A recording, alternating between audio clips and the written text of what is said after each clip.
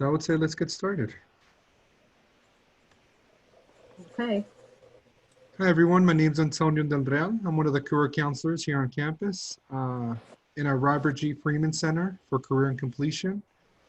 Today we hope to cover career exploration. Who am I, what's out there, and where am I going? And good afternoon, everyone. I'm Armina Papazian. I'm also one of the career counselors at the Robert G. Freeman Center.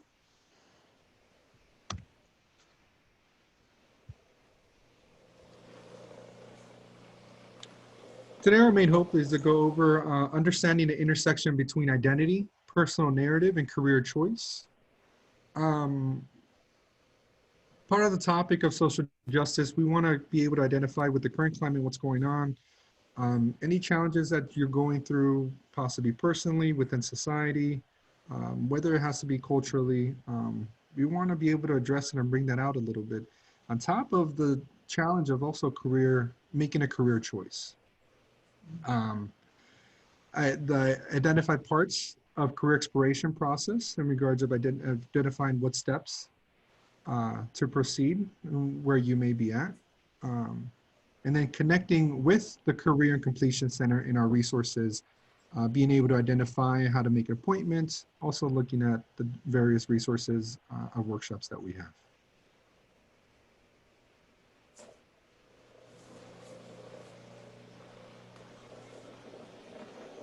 Like I mentioned, my name's Antonio.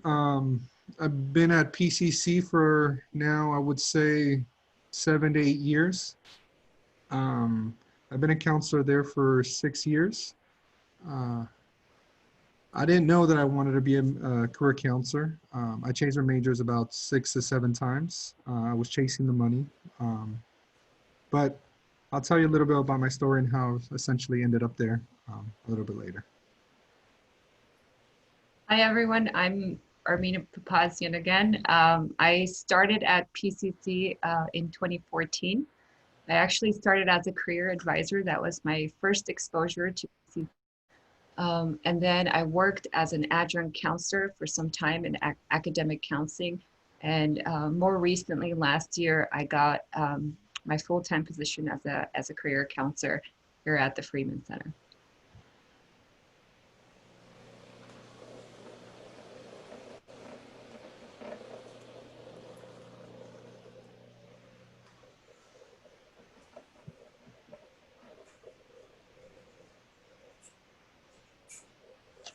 We want to start off with talking a little bit about what the PCC campus has been doing in terms of career decision making and how it's sort of like led to even the conference today. We've been looking for the first time, often like before, a lot community colleges oftentimes focused a lot on access. That was focused on how we're reaching out to students and how we're getting students to sort of come to the campus. They were looking more at sort of our enrollment numbers. But now that paradigm is shifting and campuses are asking what's happening to our students when they do come on board. Are students reaching their goals?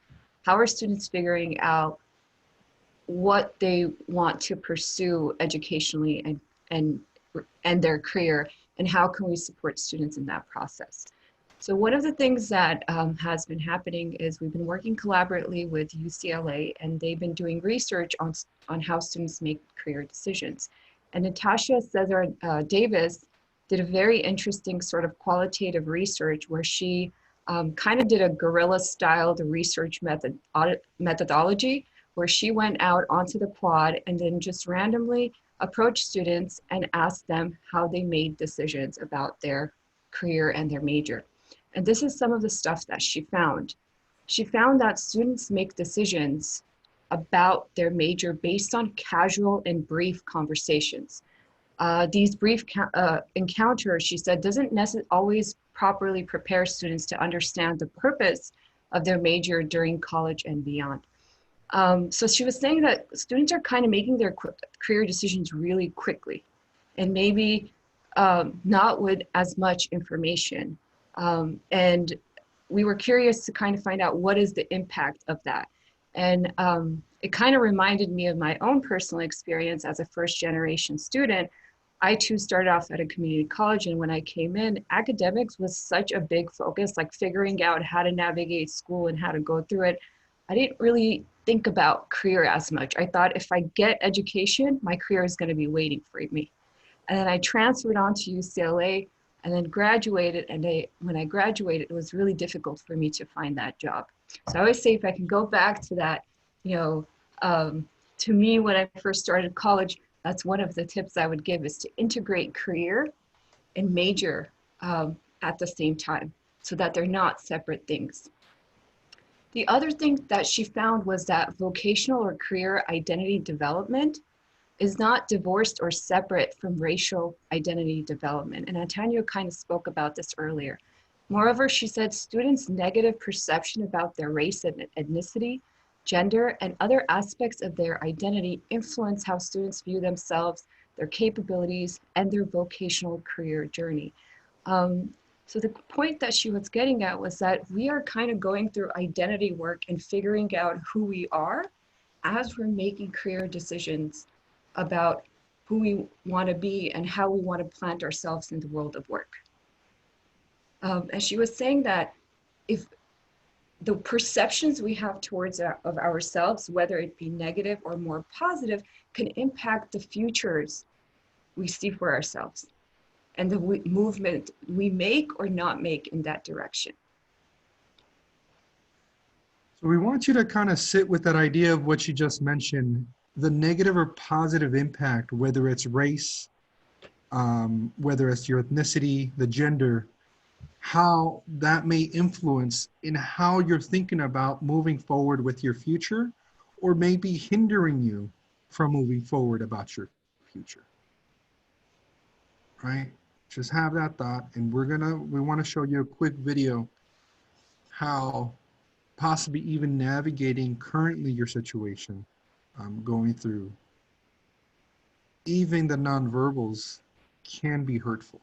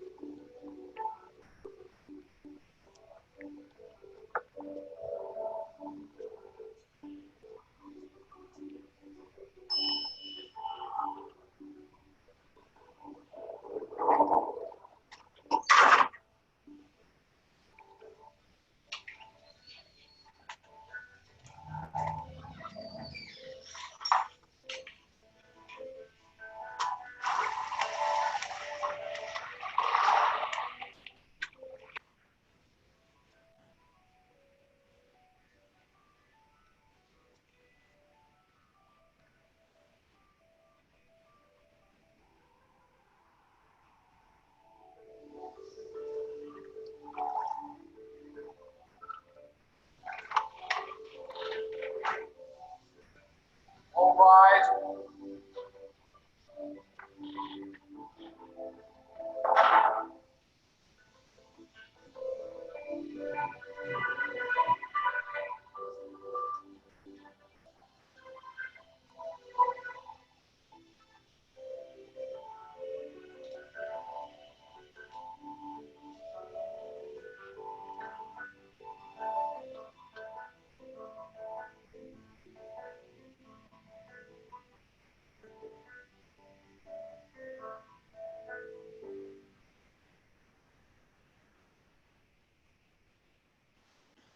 So this was a video developed by Procter and Gamble called The Look. So what thoughts or feelings did the video bring up for you? Feel free on the chat just to write any words, any feelings, that as you were watching it, what in relation to career, what were some things that came to mind?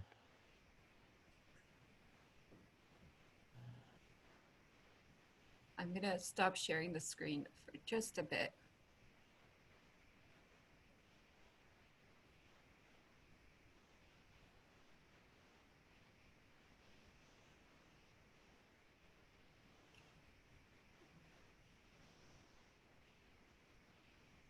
So I see society can be really judgmental at times, uncomfortable.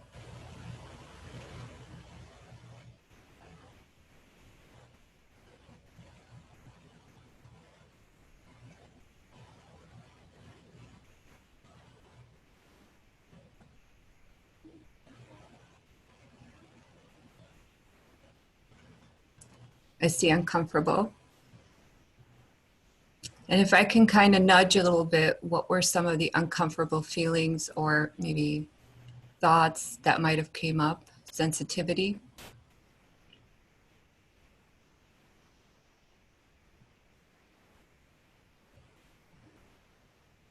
Sad that people of color still face these biases. I imagine he feels isolated wherever he goes.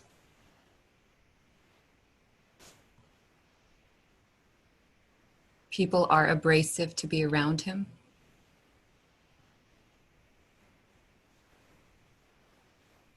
People made unfamiliar assumptions.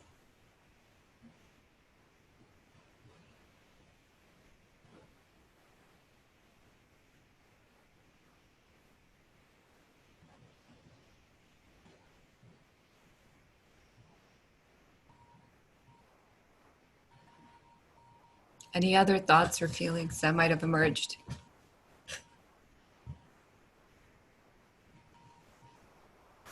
Thought it was subtle, it spoke volumes.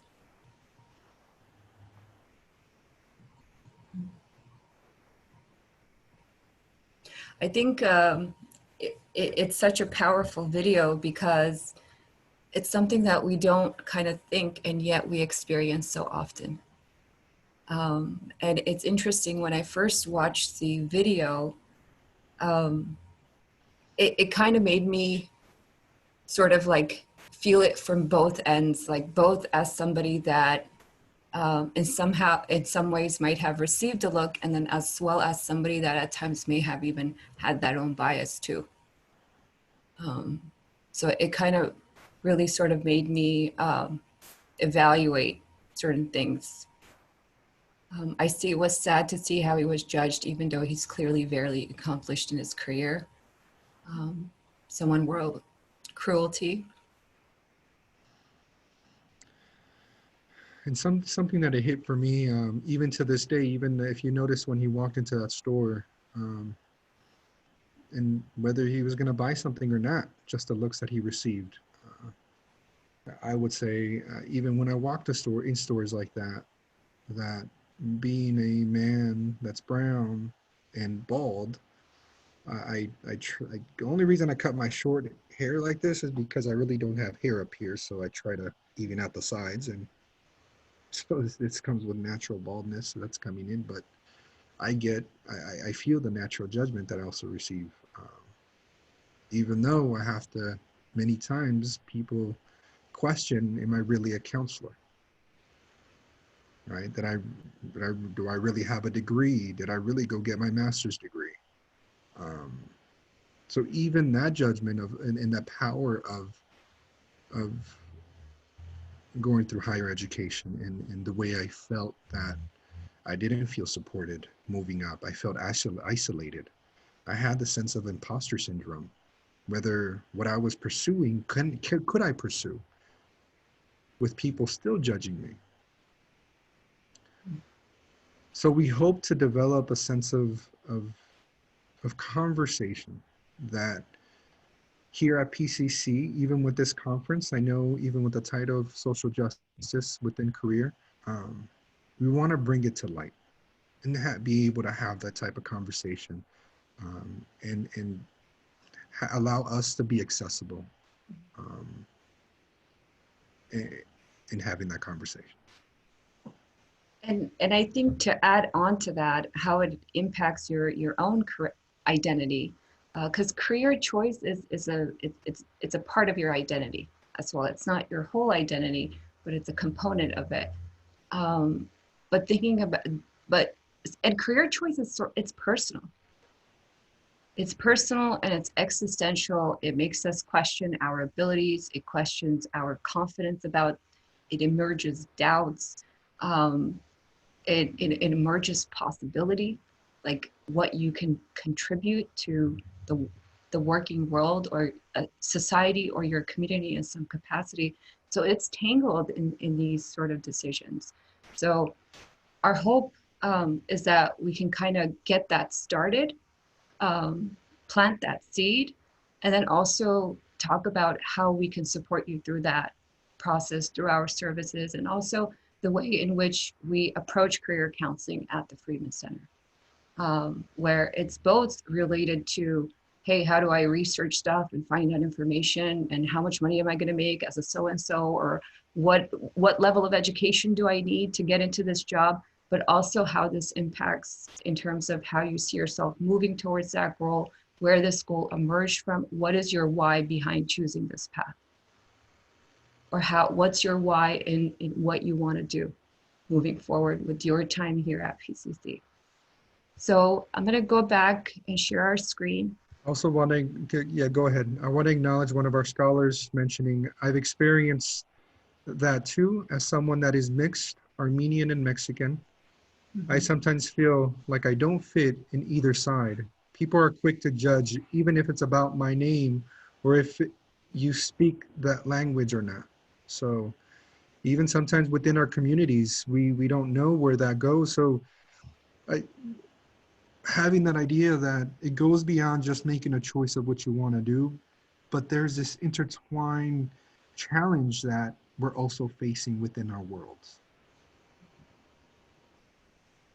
And we want to kind of leave you with this idea of thinking about what are some of the messages that you have received about your future or career path up to this point, positive and negative. And those messages can be things that maybe you received from your culture. It could be things that you've received from your family. It can be things that you've received from peers or faculty. It can also be messages that you received from yourself.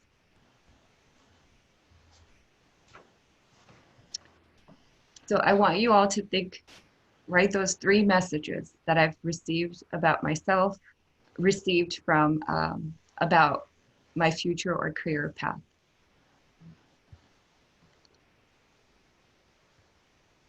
Sorry, this is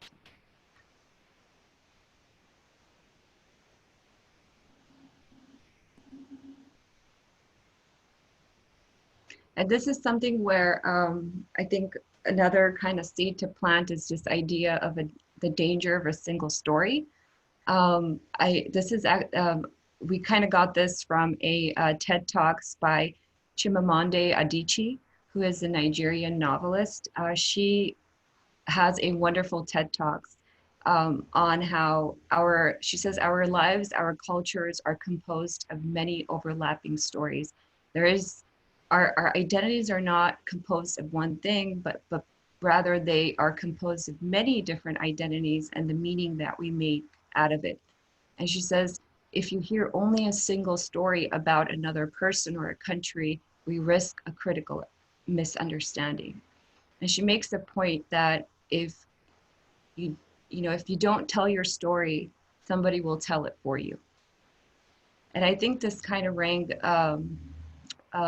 close to kind of my experience, as well as, my hope in terms of helping you all construct your own stories on how you want to kind of move your future forward.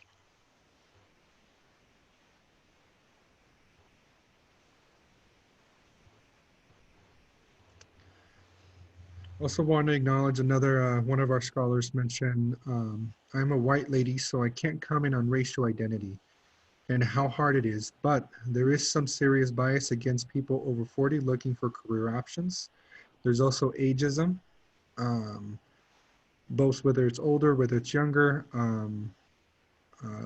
that there is judgment within that.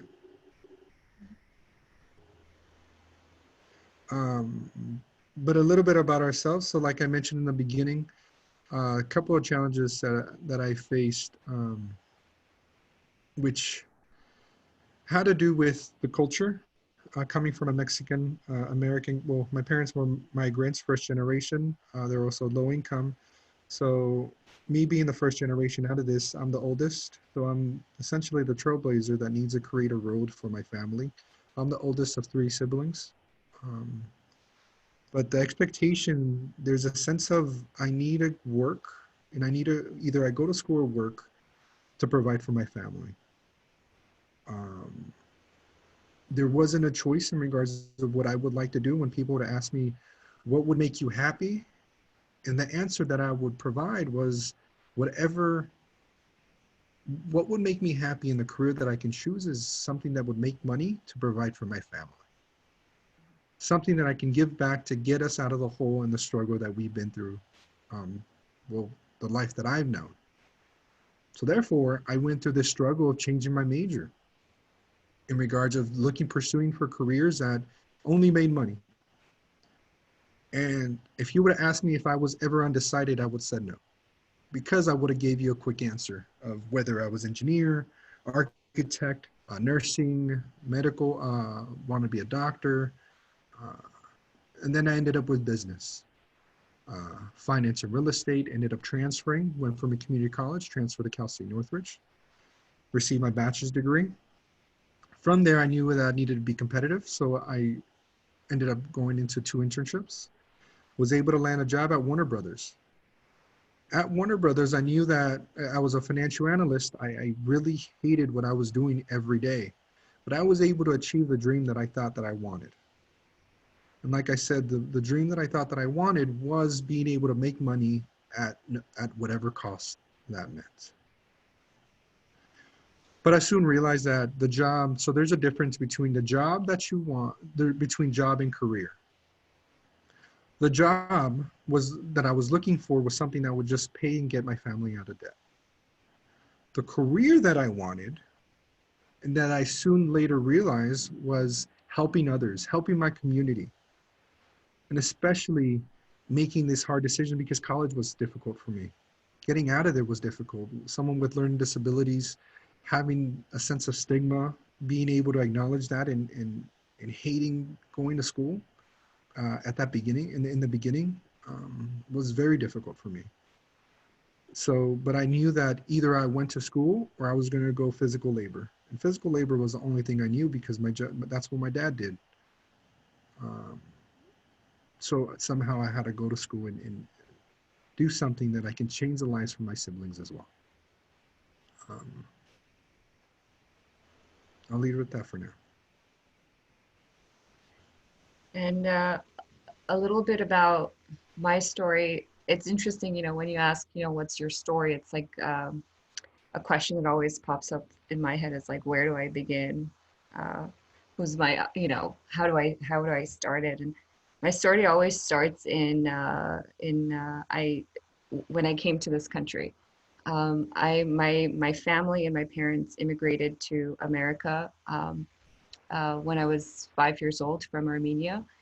And when I came to America, I had never had any exposure to school. So I was in first grade, and I remember I really, really hated school. In fact, I hated Sundays because every Sunday I would have a feeling in my chest. And that feeling, I think at an older age, I realized was anxiety, that I had to go to school the next day. And I felt I didn't like school because I didn't know how to speak English. It was a foreign place for me. Like I hadn't had exposure to school, and it was a lot of transitions at one time. New country, new school, new language, new people, at such a young age. And I remember for your whole year, I didn't say anything. Even though I was starting to learn the English language, I didn't say a word. Because I was afraid to. However, there was something inside of me that I think the message that I had at that time, and that carried with me, was that I was different. And sort of being not a participator, I learned to be an observer. And I started watching people. I was learning by observation. I was blessed to have an Armenian teacher's assistant who would pull me aside and like teach me like English words, Armenian words. So that really kind of helped me, um, you know, catch up. Um, but I think inside of me, feeling different, I also had a deep desire for belonging. And so I remember I wanted to read well. I wanted to be a part of this thing. And by third grade, and I remember I was like in one of the top English, sort of like the reading groups. And that became sort of like a pattern. My parents had an expectation of me to go to school. Um, like college was not a non-negotiable. It wasn't much of a choice. It was something I had to do. And in my parents' side, college was my ticket into American culture. Like I was going to be a somebody. If I went to school, there was no other option. And my mom is actually a hairstylist. So she kind of has like the female version of a physical job. And she always protected me from it. She said, don't do what I'm doing. Do something where you're thinking, a thinking job. So you're not tired like me. So I listened to that message. I was really good at school. All through my high school, I was in AP classes, honors classes, and the goal was for me to go into UCLA. Come senior year, I failed all my classes. I didn't know I was graduating a year, like 2 days before. I never participated in like the grad walk. And I think at that time, it was a couple of things. I was afraid of what the future was going to look like. I was afraid of, can I make it? There was a lot of pressure. And I didn't know if education was my thing or my parents' thing. So there was like a little bit of rebellion in that too. And instead, I decided to come to a community college. I came to a community college, and then eventually I transferred into UCLA as a psych major. And for me, honestly, I hadn't done much exploration other than I'm really fascinated by people. I was fascinated in how people behaved. I was fascinated in how people acted, thought, felt. And I think it kind of spoke to some of that observing I had done ever since I was a kid. I was always like an observer by nature, trying to better understand folks. And I had certain skills, like I knew I could communicate, I can help, I can listen. And I was doing some of that in my family too. And for a while, I didn't know what the heck I was going to do as a psych major. UCLA was very focused on research, knew I didn't want to do research. It felt like very lonely work for me. I knew I wanted to interact with people. That was very important. But I didn't know much about the world of work. So I picked whatever I had seen in my path up to that time. And I picked to be an elementary school teacher. And the reason I did that was actually I took an elective class that I had a choice for my major, and it was on human development. And the class focused on how culture impacts education. And that's kind of like how the idea of psychology and education came together. So I did something smart before graduating. This was my senior year. I did an internship working with third graders. And then I also worked as a TA at one of the early care centers at UCLA. This was my last year. I did all that and realized I do not want to be an elementary school teacher. There was a lot of things I loved about the job, but I couldn't be in front of a group of kids for 8 hours of my day. I would go home and I would always take an hour nap. And I said, I need to have energy once I go home. Something is like, we can feel it. Sometimes we have this feeling when we're not in a place that something is like not fitting. So I had to listen to it, and I did. And I asked myself, when was I most present with the kids? And it came to the one-on-one moments I would have with kids during outside playtime. And that's where my idea of counseling emerged. And I chose higher ed because higher ed for me has been a place where I was able to really explore. I know for my parents, the message was, education is a means to an end. So I go to school and I'm going to get a better job out of it. But education for me was a place where it challenged my perceptions, it challenged my values, it helped me grow as a person. And I chose this place because my hope is that I can maybe do that for someone else through my work. And I'm also looking at the chat. There's some that want to find a career to spend more time with their families. Some are getting pressures with family and choosing nursing. Some are being told to choose something that's practical. Mhm. Right? So we're finding ourselves, and part of us sharing that story is Armin and I have gotten to the point that we enjoy what we do, but it took us the sense of challenges that we're going through. And I'm sure we're going to go through a lot more moving forward, but we've gotten to a place, I'll speak for myself, that I enjoy my job and I love coming to it and doing this and helping others. But it wasn't overnight. It really took time, and it really took trial and error. And I would have said, I'll tell you the truth, I never saw a career counselor. I never saw a counselor because I didn't know those resources were out there.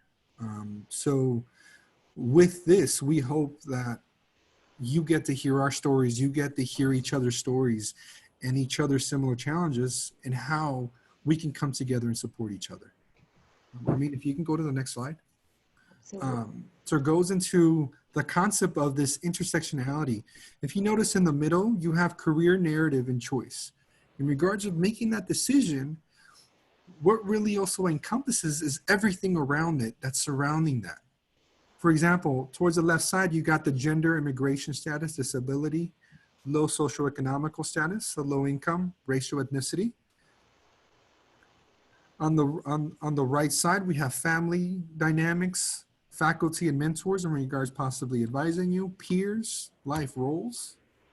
Towards the top, we have the economy, especially right now during COVID-19, like, hey, what jobs are going to be still out there? What could I be doing? The institution, whether it's financial aid, and if you just started, you're like, well, financial aid is asking me to choose something, but I still don't know. And now you're just forcing to choose something now, right? The media, whatever's trending out there, whatever Netflix, whether it's karate, I noticed Cobra Kai. I know when I saw it, I was like, wait, I need to go into karate right now. Like I literally got that motivation of how to be an instructor. And then beyond that, then you have counselors and you have people telling you, well, what do you enjoy? What personality fits you, interests and abilities? But many times we as whether it's faculty, we as counselors, we tend to forget about the outside world and what you're going through, right? And we try to put that aside and we try to silence that. Just like the look of the video. Those looks are very painful and hurtful. And any of you that have gone through that know that that also affects the inner self to be able to move forward. And if we're not speaking about that, and if we're not able to talk with someone and find a mentor to help us navigate this, it would make it easier to go through, right? To where we hope that part of this conversation and bringing it up is that whenever, if you come to us or any of your mentors or any of your counselors, any of your instructors that you feel safe to, the bringing that conversation and having that dialogue. And I think to add on to that is sort of bringing that conversation, assessing your, building your awareness, being able to kind of tell your story. It gives us room to heal. It gives us room to manage our stories and be in charge of that narrative and how we want to put it out in that external world. And it also gives us the opportunity to create change, whether it's in our own actions and how we might treat others, but also through our work and the choices we make in terms of what we want to be a part of. The other thing that I want to add to this is the idea that, even career choice, like what's out there, what jobs are out there. Sometimes, a lot of the times, that information comes from exposure, and it comes exposure from what we've seen in our families, what we see in our communities, and also that media. Media is the outlet that really kind of gives, plays out the level, evens out the level field where if you have access to the internet or TV or whatnot, there's access to kind of like media can be an influential factor. However, media is also tainted. It has a certain narrative. It has its own bias. It might not reflect the reality of a particular job as it is. And I always say you can't be what you don't know. So a part of our work is also to help kind of expose different types of career fields so that you know what's out there to be able to make an informed choice.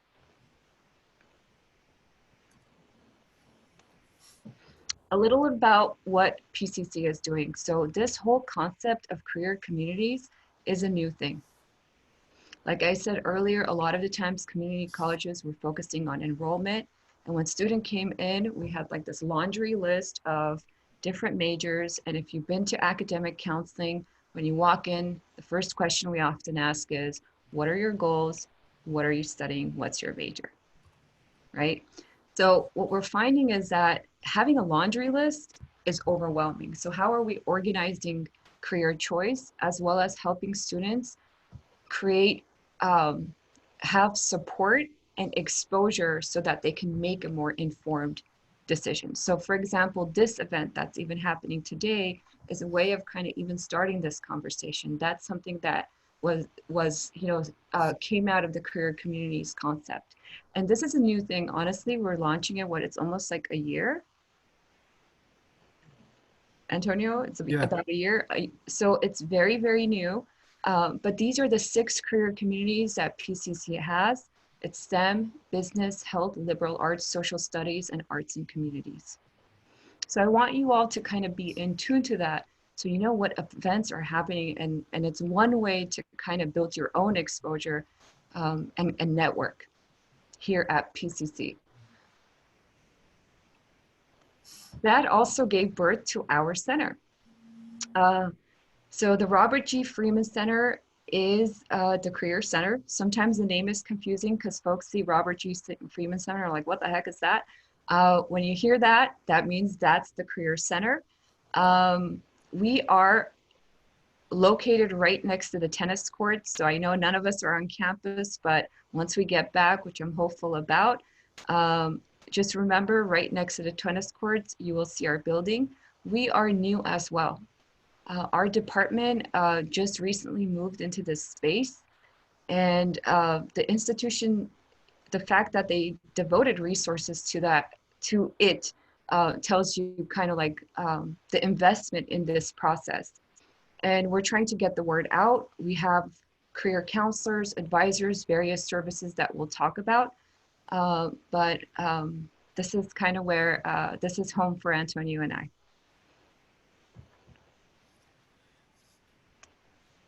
So the career process, the career development is a lifelong process. It continues throughout your experience. And it really encompasses obtaining information about yourself, occupations, education alternatives, lifestyles, and role options. So it's not one decision, one option that essentially you end up figuring out what you want to do. So it adds different components. And if we're able to go, Armin, can you go to the next slide? If we're able to conceptualize it, in regards to making an informed decision, it encompasses who am I? So knowing about yourself. And then what's out there. In other words, doing the additional research and knowing what occupations and careers are out there that you may not know of that you can essentially connect to. And how do you get there? Would be the third step in regards to taking that action and taking the next step towards whether you're going to enjoy it or not, whether it's internships, whether it's having a job, whether it's going through that process. And you can see in the middle is where am I going? In each of those components, the decision-making process is, it constantly comes up, like learning more about myself. Where does that leave me? Gathering information about the world of work.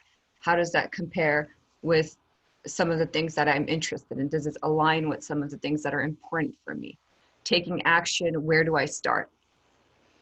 We're going to kind of go down and like break down each of those processes. And our hope is to kind of help you understand that even though career decision making can be existential, it can be complex, it can be emotional, it can be very rewarding, there is a process to it.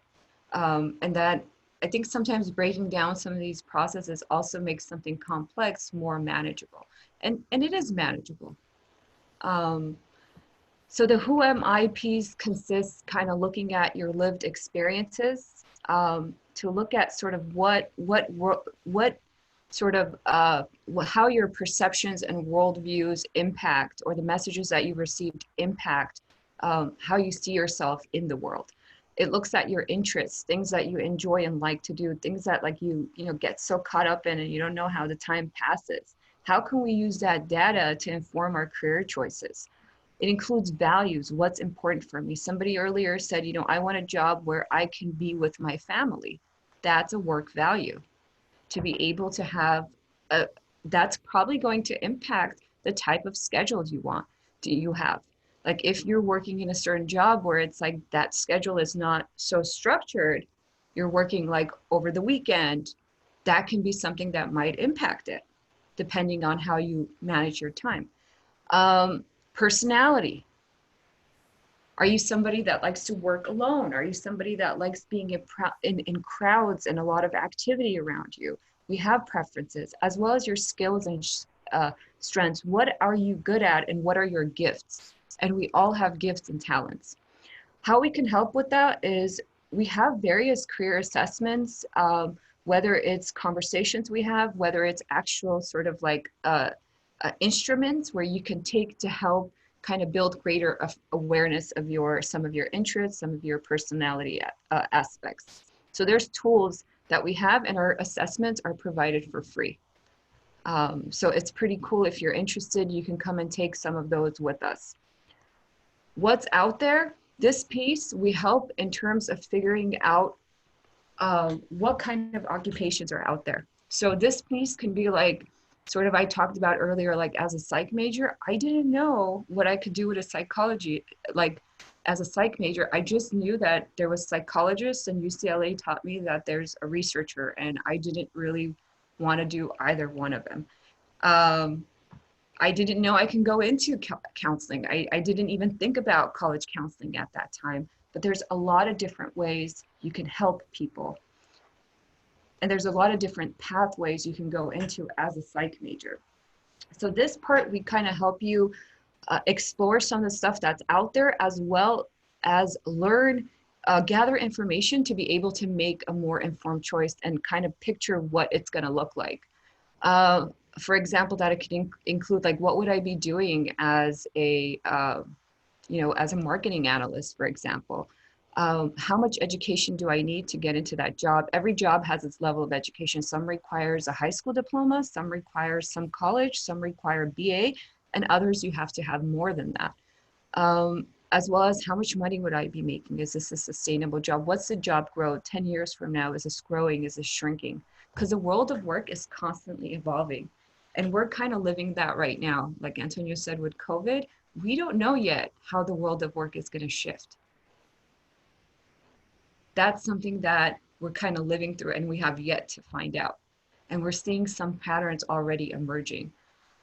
And then these are some resources that we offer that you can use to explore different careers and occupations. And then the last bit is, how do I get there? And in this bit, it includes, we sort of like map out a plan on how you can get started now. And that can include talking to somebody in the field, reaching out to someone that has the job that you're interested in to gather more information from an insider and get an insider's perspective. It can be job shadowing, which means like being somebody's shadow at a particular work environment so that you get to immerse yourself in the culture of a particular organization or job. You can do exploration also through your classes. So taking a class, let's say if you're thinking about administration of justice, taking an admin of one class and seeing what you, how that kind of sits with you. It can include building relationships through LinkedIn. That's a wonderful resource that can kind of opened a door to a lot of people in different fields, as well as internships, volunteer opportunities, work experience, and the preparation to go into that by building your resume, your cover letter, so that you can sort of build experience in that field.